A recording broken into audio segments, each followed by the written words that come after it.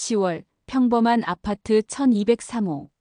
하지만 그날 아침 그곳에서는 끔찍한 비명이 울려 퍼졌습니다. 문은 잠겨 있었고 CCTV에는 아무도 보이지 않았습니다. 그렇다면 범인은 누구였을까요? 가을의 쌀쌀한 공기가 느껴지는 10월의 어느 평일 아침 해가 떠오르는 시간에 태양빛이 창문을 통해 11층 1203호 아파트 안으로 스며들었다. 조민우 교사의 하루는 늘 그렇듯 평범하게 시작되었다. 자명종이 울리면 침대에서 일어나 커피를 내리고 오디오를 켜 클래식 음악을 들으며 샤워를 하는 것이 그의 아침 루틴이었다. 아침 식사를 간단히 마친 후 그는 출근 준비를 시작했다. 학교에서 가을 학기 기말고사 문제를 검토하는 교직원 회의가 오전 9시에 예정되어 있었다. 오전 9시가 되었지만 학교 회의실에는 조민우의 모습이 보이지 않았다. 조 선생님이 연락도 없이 늦는 경우는 처음이네요. 교감 선생님이 시계를 보며 말했다. 같은 과목을 가르치는 한지영 교사가 핸드폰을 꺼내 조민우에게 전화를 걸었다. 하지만 신호음만 길게 울릴 뿐 응답이 없었다. 이상하네요. 조 선생님은 정말 시간 약속에 철저한 분인데. 한지영은 눈썹을 찌푸렸다. 회의는 조민우 없이 시작되었지만 한지영의 마음은 불안했다. 회의가 끝나자마자 그녀는 다시 전화를 걸었지만 여전히 받지 않았다. 점심시간이 되어도 학교에 나타나지 않자 그녀의 불안은 더욱 커졌다. 내가 한번 가봐야겠어요. 혹시 아파서 누워 계신 건 아닌지. 한지영은 교감에게 말했다. 교감은 고개를 끄덕이며 동의했다. 한지영이 늦은 오후 수업을 마치고 조민우의 아파트를 찾아갔다. 가온 힐스 아파트 단지는 도시 외곽에 위치한 신축 아파트로 보안이 엄격하기로 유명했다. 로비에서 방문 등록을 하려 했지만 경비원이 그녀를 제지했다. 죄송합니다만 11층은 세대주의 사전 허락 없이는 방문이 불가합니다. 인터폰으로 연락해 보시겠어요? 한지영은 인터폰으로 1203호를 불렀지만 응답이 없었다. 조민우 선생님은 제 동료예요. 오늘 학교에 나오지 않아서 걱정돼서 왔어요. 전화도 안 받으시고. 한지영이 설명했다. 경비원은 고개를 가로저었다. 규정상 어쩔 수 없습니다. 세대주의 허락 없이는 방문을 허용할 수 없어요. 한지영은 난감한 표정으로 로비에 서 있다가 마침 11층으로 올라가는 주민을 발견했다. 그는 자신을 조민우의 동료라고 소개하며 함께 엘리베이터를 탈 수 있었다. 11층 복도는 조용했다. 1203호 앞에 서서 초인종을 눌렀지만 안에서는 아무런 반응이 없었다. 문 앞에서 한참을 기다리던 그녀는 문고리를 잡아봤고 의외로 문이 열렸다. 조 선생님? 저 한지영이에요. 들어가도 될까요? 그녀가 조심스럽게 문을 열며 불렀다. 답이 없자 한지영은 천천히 안으로 들어갔다. 거실은 깔끔했지만 테이블 위에 놓인 커피잔에서는 여전히 김이 올라오고 있었다. 그녀는 불안한 마음으로 침실로 향했다. 한지영의 비명이 아파트를 가득 채웠다. 침대 옆 바닥에 조민우가 쓰러져 있었다. 그의 목 주위에는 선명한 압박 흔적이 있었고 얼굴은 파랗게 변해 있었다. 화장대는 엎어져 있었고 화장품들이 바닥에 흩어져 있었다. 경찰이 도착했을 때 한지영은 충격에 떨고 있었다. 현장을 조사하던 강 형사가 그녀에게 다가왔다. 피해자와 어떤 관계이셨나요? 같은 학교 교사예요. 오늘 아침 회의에 나오지 않아서 찾아왔어요. 강 형사는 메모를 하며 물었다. 마지막으로 연락한 시간이 언제였죠? 어제 저녁이요. 오늘 회의 자료를 이메일로 보내드렸거든요. 한지영의 시선이 바닥에 떨어진 조민우의 핸드폰으로 향했다. 화면이 깨져 있었다. 현장 조사 결과 조민우는 목 졸림으로 인한 질식사로 추정되었다. 저항한 흔적은 있었지만 미미했고 사망 추정 시간은 오전 8시 30분에서 9시 사이였다. 강도나 성범죄의 흔적은 없었고 문이 잠겨 있지 않았다는 점에서 피해자가 범인을 알고 있었을 가능성이 높다고 경찰은 판단했다. 경찰은 조민우의 동료 학생, 친구들을 조사하기 시작했다. 한지영은 경찰서에서 여러 질문에 답하며 조민우에 대해 알고 있는 정보를 모두 제공했다. 조 선생님은 학생들에게 인기가 많았어요. 특히 진로 상담을 잘해주셔서 많은 학생들이 찾아왔죠. 하지만 최근에 한 여학생 때문에 약간 고민이 있으셨던 것 같아요. 강 형사가 귀를 기울였다. 여학생이요. 한지영은 망설이다가 말했다. 3학년 박소연이라는 학생이 조 선생님을 많이 따랐어요. 처음에는 평범한 사제관계였는데 최근에는 그 학생이 조금 지나치게 집착하는 것 같았어요. 조 선생님이 상담 선생님과도 이야기했다고 들었어요. 강 형사는 메모를 하며 고개를 끄덕였다. 다른 특이한 점은 없었나요? 최근에 갈등이 있던 사람이라든지. 한지영은 잠시 생각하다가 말했다. 최근에 새로운 관계를 시작했다고 들었어요. 한 달 전쯤에 저녁 식사 자리에서 말씀하셨거든요. 하지만 누군지는 말씀 안 하셨어요. 강 형사는 조민우의 핸드폰 기록을 확인했다. 사건 당일 아침 8시 21분 마지막으로 문자 메시지를 주고받은 상대가 있었다. 지수라는 이름으로 저장된 번호였다.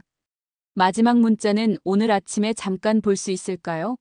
중요한 얘기가 있어요였고 조민우는 지금 준비 중이야. 8시 40분쯤 와라고 답했다. 경찰은 지수의 신원을 확인하기 위해 통신사에 정보를 요청했다. 동시에 아파트 CCTV 영상도 확보하기 시작했다. 사건 현장에 출동했던 경찰관 박순기는 아파트 관리실에서 보안 시스템에 대해 물었다. 이 아파트는 보안이 철저하다고 들었습니다. 외부인이 11층에 출입하려면 어떤 절차가 필요한가요? 관리소장이 답했다. 기본적으로 로비에서 방문객 등록을 하고 세대주의 허락을 받아야 합니다. 엘리베이터도 주민카드가 있어야 특정 층으로 이동할 수 있고요. 하지만요. 실제로는 주민들이 함께 타거나 배달기사나 택배기사가 오면 그냥 통과시키는 경우도 많습니다. 완벽한 시스템은 아니죠. 경찰은 사건 당일 오전 7시부터 10시까지의 CCTV 영상을 확보했다. 그러나 확인 결과 해당 시간대에 11층으로 올라간 외부인은 없었다. 조민우의 방문객으로 추정되는 사람도 보이지 않았다. 이상하네요. 지수라는 사람이 8시 40분쯤 온다고 했는데 CCTV에는 보이지 않아요. 강 형사가 영상을 다시 확인하며 말했다. 그때 한 형사가 강 형사에게 다가왔다. 강 형사님, 통신사에서 지수 번호 주인 확인됐습니다. 김지수 여성 35세 조민우와 같은 아파트 1107호에 살고 있습니다. 강 형사의 눈이 커졌다. 같은 아파트 주민이었군요.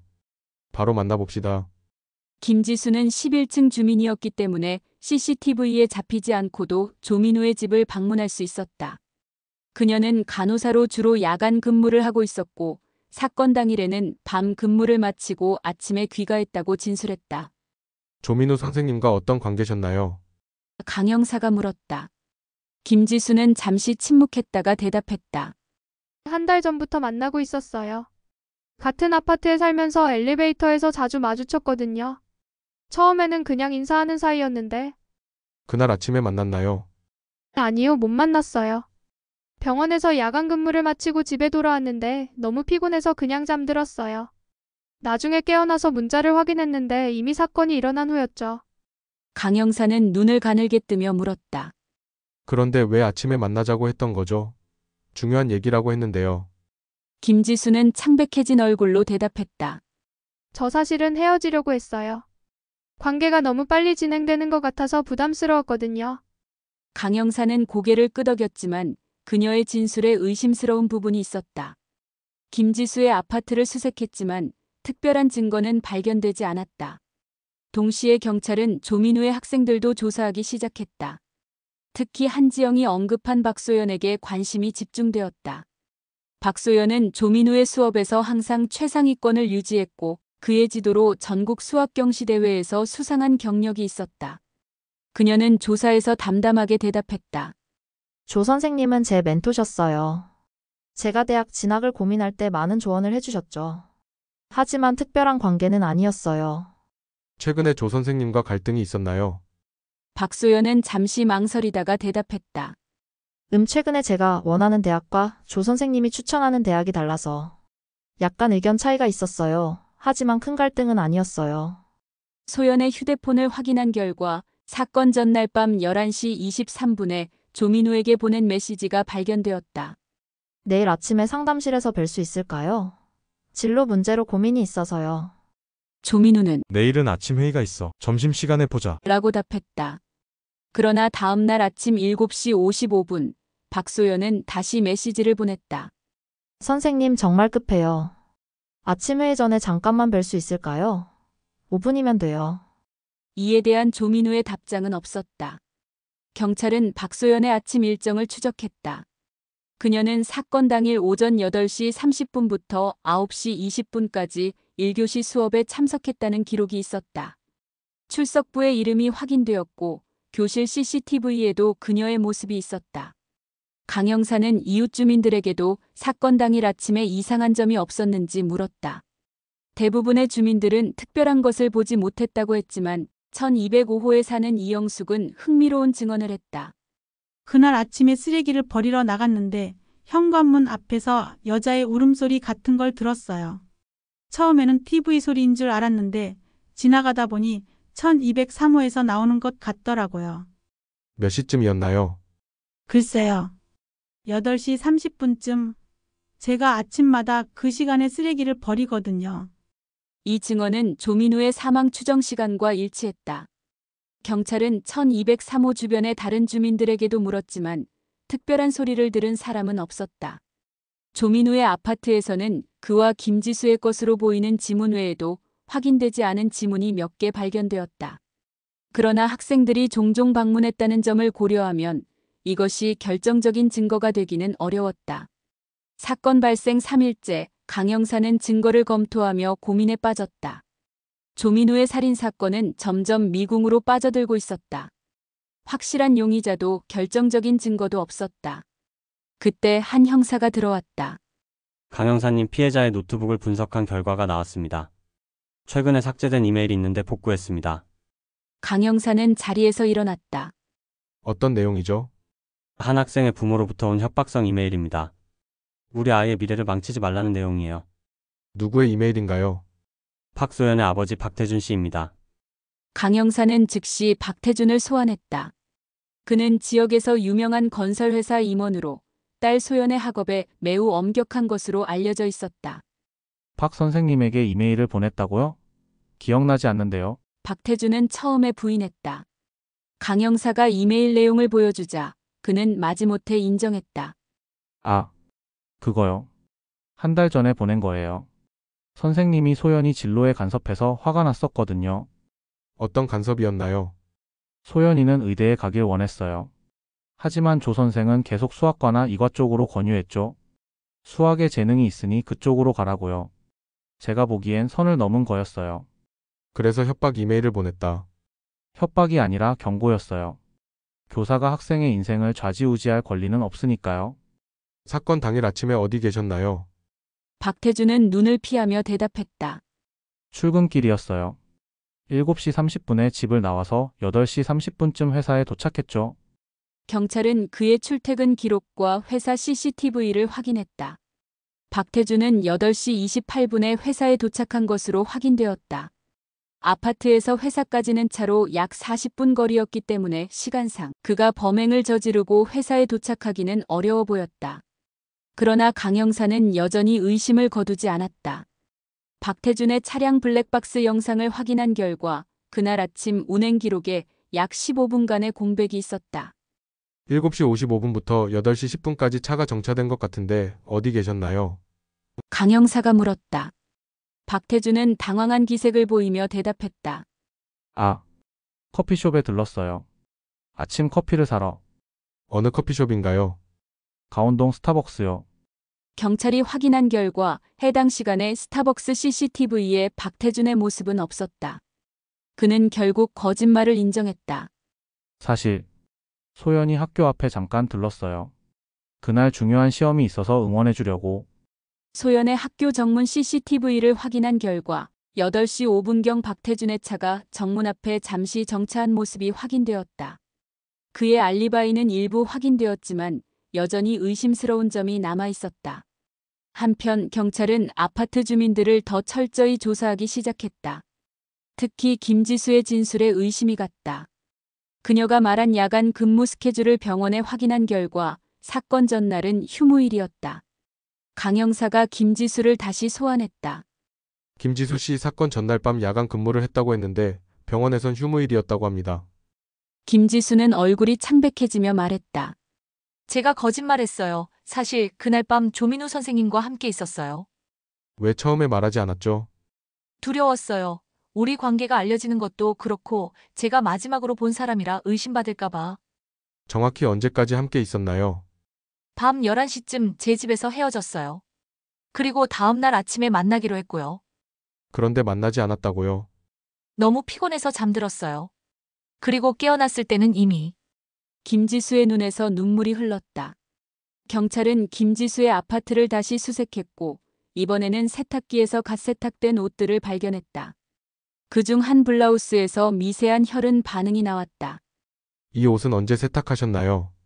강 형사가 물었다. 어제요. 병원 근무복이라 자주 세탁해요. 혈흔 분석 결과 그것은 조민우의 혈액과 일치했다. 김지수는 당황했지만 설명했다. 지난주에 민우 씨가 손을 베었어요. 제가 간호사라 상처를 치료해줬는데 그때 묻었을 거예요. 강 형사는 의심스러운 눈으로 그녀를 바라봤다. 이혼하신 적 있다고 들었습니다. 김지수는 놀란 눈으로 쳐다봤다. 네, 3년 전에요. 어떻게 아셨죠? 전 남편과의 관계는 어땠나요? 나쁘지 않았어요. 그냥 맞지 않아서 헤어졌을 뿐이에요. 강 형사는 파일을 꺼내 보여줬다. 전 남편분이 가정폭력으로 신고된 기록이 있네요. 2차례나. 김지수의 얼굴이 굳었다. 그건 오래된 일이에요. 조민우 선생님과의 관계도 그런 문제가 있었나요? 절대 아니에요. 그녀가 강하게 부인했다. 민우 씨는 정말 좋은 사람이었어요. 우리 사이에 그런 일은 없었어요. 경찰은 김지수의 전화 기록을 더 자세히 조사했다. 사건 당일 아침 8시 15분, 그녀는 조민우에게 전화를 걸었지만 통화는 5초 만에 끊겼다. 그리고 8시 21분에 문자를 보냈다. 이 시간대는 사망 추정 시간과 매우 가까웠다. 김지수는 그 전화에 대해 기억하지 못한다고 했다. 아마 잠결에 실수로 걸었나 봐요. 전 정말 깊이 잠들어 있었거든요. 동시에 경찰은 1203호 주변 주민들을 더 조사했다. 특히 이영숙의 증언에 주목했다. 그녀는 울음소리를 들었다고 했지만 다른 주민들은 아무 소리도 듣지 못했다. 그런데 1201호에 사는 최영준이 흥미로운 증언을 했다. 사실 저도 그날 아침에 이상한 소리를 들었어요. 8시 반쯤에 출근하려고 준비하고 있었는데 복도에서 여자의 목소리가 들렸어요. 화난 것 같았어요. 어떤 내용이었나요? 정확히는 못 들었지만 더 이상 참을 수 없다라는 말이 들렸어요. 그리고 누군가 급하게 걸어가는 발소리도 들었고요. 경찰은 아파트 관리실에서 사건 당일 아침 복도 CCTV를 확인했지만 11층 복도 카메라는 고장나 있었다. 관리소장에 따르면 그 카메라는 일주일 전부터 작동하지 않았고 수리 요청은 했지만 아직 처리되지 않았다고 했다. 참 타이밍 좋게 고장났네요. 강 형사가 비꼬듯 말했다. 수사가 교착 상태에 빠져가던 중 학교 상담교사 정유미가 경찰을 찾아왔다. 조민우 선생님과 박소연 학생에 대해 말씀드릴 게 있어서 왔습니다. 그녀가 말했다. 어떤 내용인가요? 한 달 전 조 선생님이 저에게 소연이와의 관계에 대해 상담을 요청했어요. 소연이가 지나치게 의존적인 모습을 보여서 걱정된다고 하셨죠. 의존적이라뇨? 소연이는 조 선생님에게 매우 집착했어요. 수업이 끝나면 항상 따라다니고 개인적인 문자도 자주 보내고 심지어 선생님의 개인 생활에 대해서도 알아보려고 했대요. 조 선생님은 어떻게 대응했나요? 최대한 선을 지키려고 노력했어요. 상담 시간을 정해서 그 시간에만 만나고 다른 선생님들이 함께 있을 때만 대화하려고 했죠. 하지만 소연이는 계속 더 많은 관심을 원했어요. 강 형사는 이 정보를 바탕으로 박소연을 다시 불러 조사했다. 이번에는 그녀의 개인 SNS 계정도 확인했다. 소연의 비공개 인스타그램 계정에는 조민우의 사진이 여러 장 있었다. 대부분 그가 수업하는 모습이나 학교 행사에서 찍은 것이었지만 일부는 그가 모르는 사이에 몰래 찍은 것처럼 보였다. 특히 충격적인 것은 조민우가 김지수와 함께 있는 모습을 담은 사진도 있었다는 점이다. 이 사진들은 어떻게 찍은 거죠? 강 형사가 물었다. 소연은 고개를 숙이고 있다가 천천히 대답했다. 저 가끔 조 선생님을 따라다녔어요. 궁금해서. 왜요? 선생님이 저를 특별하게 생각한다고 믿었거든요. 제가 그의 최고의 제자라고요. 그런데 그녀의 목소리가 떨렸다. 그 여자와 만나는 걸 봤어요. 배신감이 들었죠. 그래서 어떻게 했나요? 아무것도 안 했어요. 그냥 화가 났을 뿐이에요. 강영사는 소연의 휴대폰을 다시 확인했다. 삭제된 메시지를 복구한 결과 사건 전날 밤 조민우에게 보낸 또 다른 메시지가 발견되었다. 선생님, 왜 저를 피하세요? 우리 사이가 특별하다고 생각했는데 이제 다른 여자가 생겼나요? 이 메시지에 조민우는 답하지 않았다. 사건 당일 아침 소연은 학교에 도착한 시간이 8시 15분으로 확인되었다. 1교시 수업은 8시 30분에 시작했지만 출석 체크는 8시 40분경에 이루어졌다. 그리고 학교에서 아파트까지는 자동차로 10분 거리였다. 8시 15분부터 8시 40분 사이에 어디 있었나요? 강영사가 물었다. 소연은 입술을 깨물며 대답했다. 화장실에 있었어요. 25분 동안요. 네, 몸이 안 좋았거든요. 강영사는 학교 CCTV를 확인했지만 소연이 화장실에 들어가는 모습은 보이지 않았다. 오히려 8시 20분경 학교 후문으로 나가는 모습이 포착되었다. 박소연 씨 CCTV에는 당신이 학교를 나가는 모습이 찍혀 있어요. 거짓말하지 마세요. 소연의 눈에서 눈물이 흘렀다.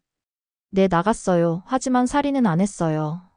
전 그냥 선생님을 만나러 갔다가 못 만나고 돌아온 거예요. 조민우 선생님 아파트에 갔었나요? 갔었어요. 하지만 로비에서 저를 막았어요. 세대주 허락 없이는 올라갈 수 없다고. 강영사는 아파트 로비 CCTV를 다시 확인했다. 8시 25분경 소연이 로비에서 경비원과 이야기하는 모습이 있었다. 그리고 8시 28분에 아파트를 나서는 모습도 확인되었다. 소연의 알리바이는 일부 확인되었지만 여전히 의심스러운 점이 남아 있었다. 특히 그녀가 아파트 주민으로 위장해 들어갔을 가능성도 배제할 수 없었다. 한편 경찰은 조민우의 이웃 김지수의 행적을 더 조사했다. 그녀의 알리바이도 완벽하지 않았다. 사건 당일 아침 그녀의 집에서 나오는 모습이나 들어가는 모습이 CCTV에 전혀 포착되지 않았다. 경찰은 김지수의 집을 다시 수색했고 이번에는 침대 밑에서 검은 장갑 한 쌍을 발견했다. 장갑에서는 미세한 혈흔이 검출되었지만 DNA 분석 결과는 아직 나오지 않았다. 이 장갑은 언제 사용하셨나요? 강영사가 물었다. 김지수는 당황한 표정으로 대답했다. 그건 겨울에 쓰는 장갑이에요. 왜 침대 밑에 있었는지 모르겠네요. 10월인데 겨울 장갑을 꺼내놨나요? 아니요. 정리를 안 했나 봐요. 김지수의 설명은 점점 더 의심스러워졌다. 강영사는 그녀의 통화 기록을 더 자세히 살펴봤다. 사건 당일 아침 8시 35분, 그녀는 또 다른 번호로 전화를 걸었다. 그 번호는 바로 아파트 관리실이었다. 왜 관리실에 전화했죠? 강영사가 물었다. 김지수는 잠시 생각하다가 대답했다. 수도관에 문제가 있어서요. 물이 안 나와서. 관리실 직원에게 확인한 결과 그날 아침 김지수의 전화는 수도관 문제가 아니라 11층 복도에 이상한 사람이 있다는 신고였다. 누구를 봤다는 거죠? 강영사가 물었다. 김지수는 대답을 망설였다. 어떤 여학생이요. 학생복 입은. 박소연을 말하는 건가요? 이름은 몰랐어요. 그냥 의심스러워 보여서. 이 정보는 소연이 로비에서 저지당한 후에도 어떻게든 11층에 올라왔을 가능성을 시사했다. 경찰은 소연을 다시 불러 추궁했다.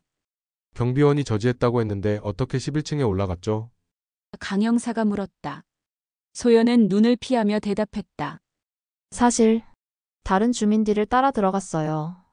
하지만 정말로 선생님 집에는 가지 않았어요. 그냥 복도에서 망설이다가 돌아왔어요. 왜 거짓말했죠? 무서웠어요. 제가 의심받을까봐. 소연의 증언은 김지수의 진술과 일치했다. 하지만 여전히 중요한 질문이 남아 있었다. 소연이 정말로 조민우를 만났는지, 그리고 그를 살해했는지 여부였다. 경찰은 두 용의자 모두 조민우의 집에 접근할 기회가 있었다는 것을 확인했지만 결정적인 증거는 없었다. 김지수는 같은 층 주민으로 언제든 쉽게 접근할 수 있었고 소연도 11층까지 올라간 것이 확인되었다.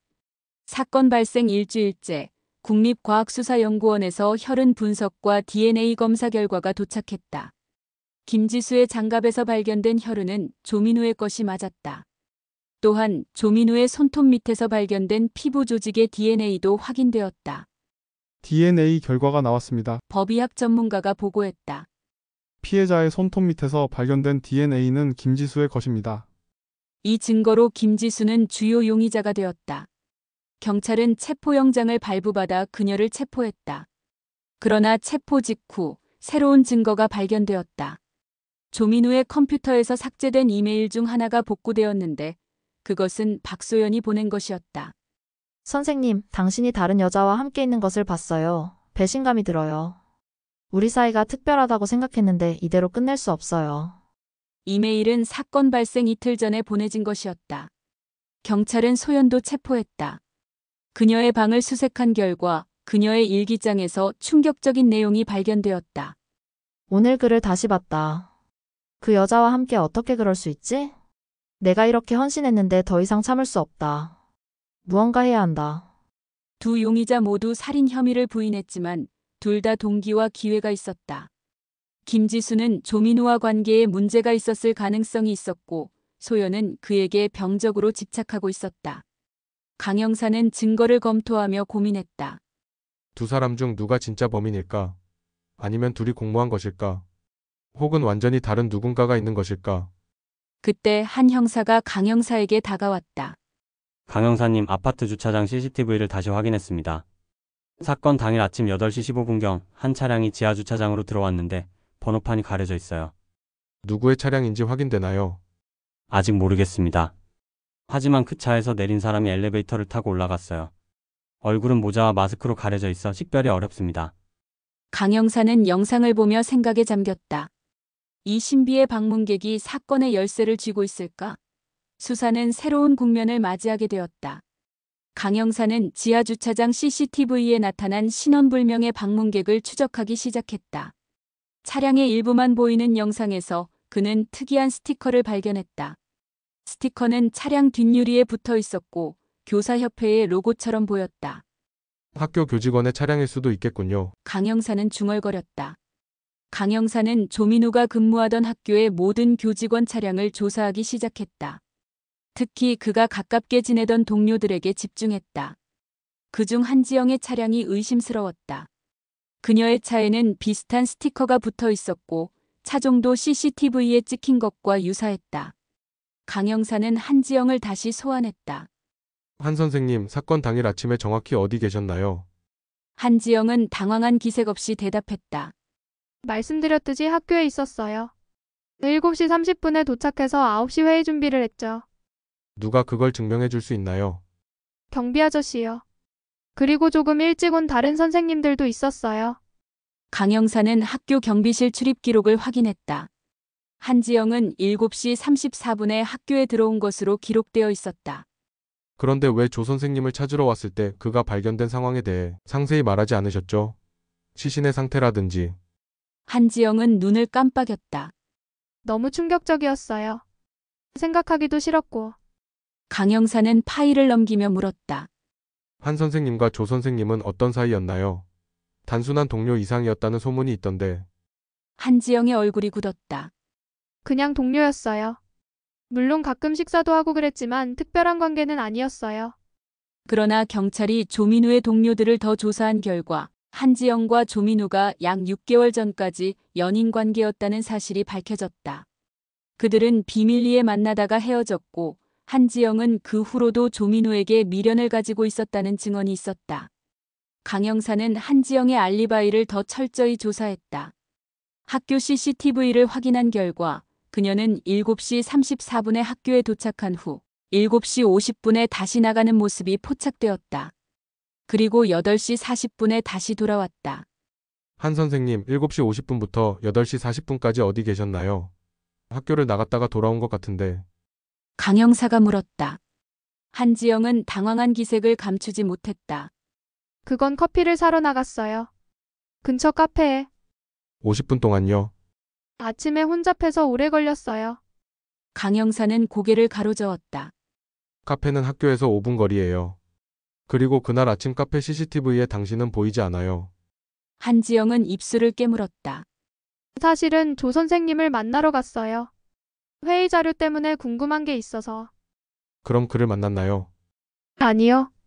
그의 집 앞까지 갔는데 다른 여자가 그의 아파트에 들어가는 걸 봤어요. 화가 나서 그냥 돌아왔죠. 어떤 여자였나요? 잘 못 봤어요. 하지만 학생 같았어요. 교복을 입고 있었으니까. 이 증언은 박소연이 실제로 조민우의 아파트에 들어갔을 가능성을 시사했다. 강영사는 한지영의 차량을 조사했다. 차량 블랙박스를 확인한 결과 사건 당일 아침 그녀가 아파트 근처에 있었던 것은 사실이었다. 그러나 놀랍게도 그녀가 지하 주차장으로 들어가는 영상도 발견되었다. 이것을 어떻게 설명하시겠어요? 지하 주차장에 들어간 것 같은데. 강영사가 영상을 보여주며 물었다. 한지영은 한동안 침묵했다. 제가 거짓말했어요. 사실 조 선생님을 만나려고 했어요. 우리 다시 시작하려고 했거든요. 만났나요? 아니요, 문을 두드렸지만 대답이 없었어요. 그래서 그냥 돌아왔죠. 한지영의 알리바이에 큰 구멍이 생겼다. 그녀는 사건 발생 시간대에 조민우의 아파트에 있었고 그와 과거 연인 관계였다는 사실이 밝혀졌다. 또한 그녀가 조민우의 시신을 발견했다는 점도 의심스러웠다. 한편 경찰은 김지수의 혐의를 더 조사했다. 그녀의 장갑에서 발견된 혈흔과 조민우의 손톱 및 DNA는 강력한 증거였다. 그러나 김지수는 계속해서 살인을 부인했다. 저는 그날 아침에 민우를 만난 것은 사실이에요. 김지수가 결국 인정했다. 하지만 살해하지 않았어요. 우리는 그냥 다툼이 있었을 뿐이에요. 어떤 다툼이었나요? 제가 헤어지자고 했어요. 민우는 받아들이지 못했고 화를 냈죠. 서로 밀치다가 제 손톱이 그의 팔에 긁혔을 거예요. 하지만 살해하지 않았어요. 떠날 때 그는 살아 있었어요. 몇 시에 그의 집을 나왔나요? 8시 25분쯤이요. 제 집으로 바로 돌아갔어요. 김지수의 진술에 따르면 그녀가 조민우의 집을 나간 직후에 누군가 들어왔을 가능성이 있었다. 박소연이나 한지영 혹은 다른 누군가. 강영사는 CCTV 영상을 다시 분석했다. 그리고 중요한 사실을 발견했다. 8시 27분경 한 여성이 11층에서 엘리베이터를 타고 내려가는 모습이 있었다. 얼굴이 선명하지 않았지만 체형으로 봤을 때 김지수로 추정되었다. 그리고 놀랍게도 거의 같은 시간에 다른 여성이 계단을 통해 11층으로 올라가는 모습도 포착되었다. 이 여성은 모자를 써서 얼굴을 가리고 있었지만 체형으로 봤을 때 한지영으로 추정되었다.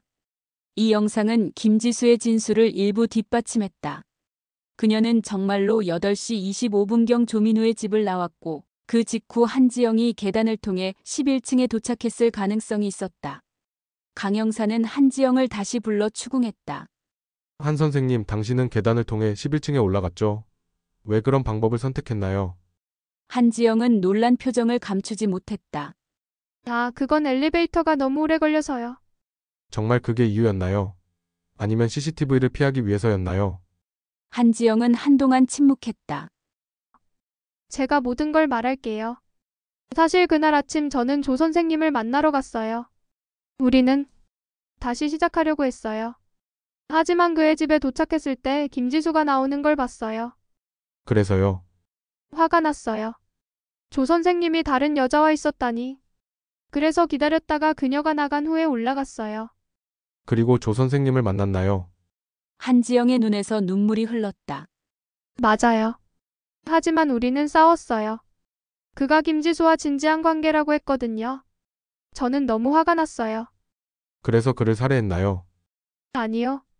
그녀가 강하게 부인했다. 싸우긴 했지만 살해하지 않았어요. 제가 나갈 때 그는 살아 있었어요. 강영사는 다시 생각에 잠겼다. 지금까지의 증거와 진술을 종합하면 사건 당일 아침에 세 여성이 조민우의 집을 방문했을 가능성이 있었다. 김지수, 한지영, 그리고 박소연. 셋 다 그와 감정적인 연결이 있었고 모두 살인 동기가 있었다. 김지수는 그와 헤어지려 했고 그 과정에서 다툼이 있었다. 한지영은 조민우가 김지수와 진지한 관계임을 알고 화가 났다.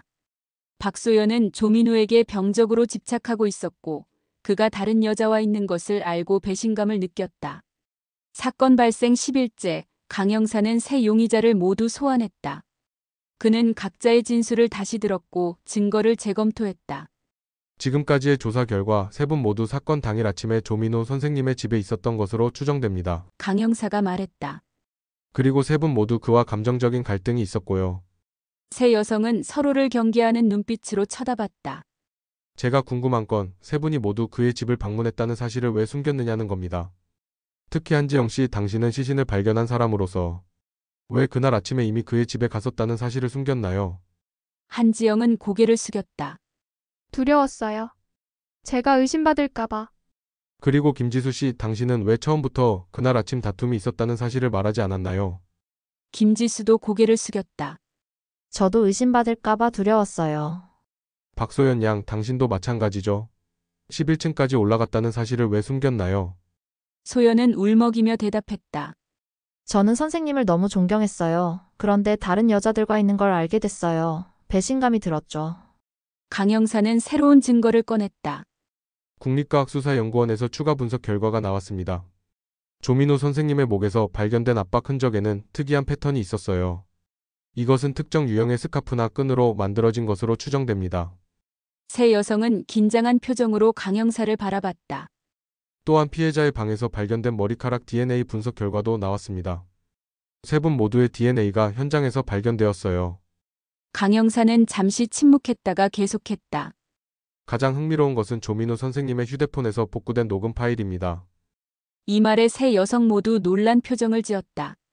조민우 선생님은 최근 자신의 휴대폰으로 대화를 녹음하는 습관이 있었던 것 같아요. 사건 당일 아침에도 녹음이 진행 중이었습니다. 강영사는 녹음 파일을 재생했다. 처음에는 조민우와 김지수의 대화가 들렸다. 정말 끝내자는 거야? 조민우의 목소리가 들렸다. 미안해요. 하지만 이건 너무 빨라요. 저는 아직 준비가 안 됐어요. 김지수의 목소리였다. 알겠어. 하지만 우리가 다시 시작할 수 있을 거라고 생각해. 지금은 그냥 시간이 필요해요. 그 후 문이 닫히는 소리와 함께 잠시 침묵이 흘렀다. 그리고 다시 문 두드리는 소리가 들렸다. 누구세요? 조민우의 목소리. 나야 한지영. 지영 씨 왜 왔어? 우리 이야기 좀 해야 할 것 같아. 들어가도 될까? 이어서 문이 열리는 소리와 함께 두 사람의 대화가 이어졌다. 방금 그 여자가 누구야? 김지수라는 간호사? 한지영의 목소리가 날카로웠다. 그건 네가 상관할 일이 아니야. 상관없다고? 우리가 다시 시작하기로 했잖아. 그런데 다른 여자랑. 지영아, 우리 이미 끝났어. 내가 잘못했어. 다시 시작하자고 해서. 그럼 그동안 나한테 한 말은 다 거짓말이었어? 내가 특별하다고. 우리가 다시 시작할 수 있다고. 대화는 점점 격해졌고 물건이 부딪히는 소리도 들렸다. 진정해. 지영아, 우리 이야기 좀 하자. 이야기? 더 이상 할 말 없어. 또다시 문 닫히는 소리, 그리고 얼마 후 다시 문 두드리는 소리. 누구야? 조민우의 목소리가 지쳐 보였다. 선생님, 저예요. 소연이요. 어린 목소리가 들렸다. 소연아, 지금은 좀 곤란해. 나중에 학교에서 보자. 잠깐만요. 중요한 얘기가 있어요. 제발요. 잠시 후 문이 열리는 소리가 들렸다. 무슨 일이야, 소연아? 선생님, 저 아까 봤어요. 그 여자랑 있는 거. 그리고 또 다른 여자도 왔더라고요. 소연아, 그건. 선생님이 저한테 특별하다고 했잖아요. 제가 선생님의 최고의 제자라고. 소연아, 그건 학업적인 이야기였어. 너는 내 제자이고 나는 네 교사야. 그뿐이야. 거짓말이에요. 선생님은 저한테 특별한 감정이 있다고 했잖아요. 소연의 목소리가 점점 흥분되어 갔다. 진정해. 소연아, 넌 아직 어려. 이런 감정은. 어리다고요? 전 이미 성인이에요. 몇 달 후면 대학생이 된다고요. 그래도 이건 적절하지 않아. 넌 내 학생이고. 갑자기 고함 소리와 함께 물건이 깨지는 소리가 들렸다. 그리고 비명 소리. 녹음은 여기서 끊겼다. 강영사는 세 여성을 바라봤다. 이 녹음은 사건 당일 아침 8시 15분부터 8시 45분까지의 내용입니다. 세 분이 모두 조민우 선생님을 차례로 만났고 모두 감정적인 대화를 나눴습니다. 새 여성은 충격을 받은 듯했다. 강 형사는 녹음 파일을 다시 분석했다. 그리고 중요한 단서를 발견했다. 여러분, 이 녹음에서 특이한 점이 있습니다. 강 형사가 새 여성을 바라보며 말했다. 박소연 양이 나간 후 8시 45분경 녹음이 끊어집니다. 하지만 부검 결과 조민우 선생님의 사망 추정 시각은 9시 30분 사이입니다. 새 여성의 표정이 굳어졌다. 즉 녹음이 끊어진 후에도 누군가 다시 그의 집에 들어갔다는 뜻입니다. 강 형사는 추가 증거를 꺼냈다. 현장에서 발견된 넥타이에 대한 정밀 분석 결과가 나왔습니다. 넥타이에는 세 사람의 지문이 모두 발견되었지만 가장 선명하고 압력이 강한 지문은 한 사람의 것이었습니다. 그는 지문 분석서를 펼쳤다. 한지영 씨, 당신의 지문입니다. 그것도 목을 조르는 형태의 압박 흔적과 일치하는 위치에서 발견되었어요. 한지영의 얼굴이 창백해졌다. 그리고 더 결정적인 증거가 있습니다.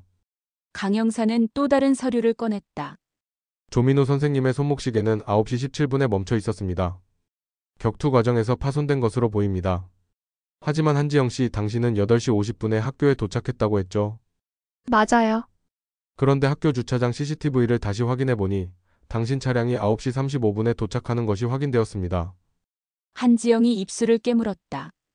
또한 당신 차량의 블랙박스를 정밀 분석한 결과 9시 20분경 아파트 지하 주차장을 빠져나가는 영상이 발견되었어요.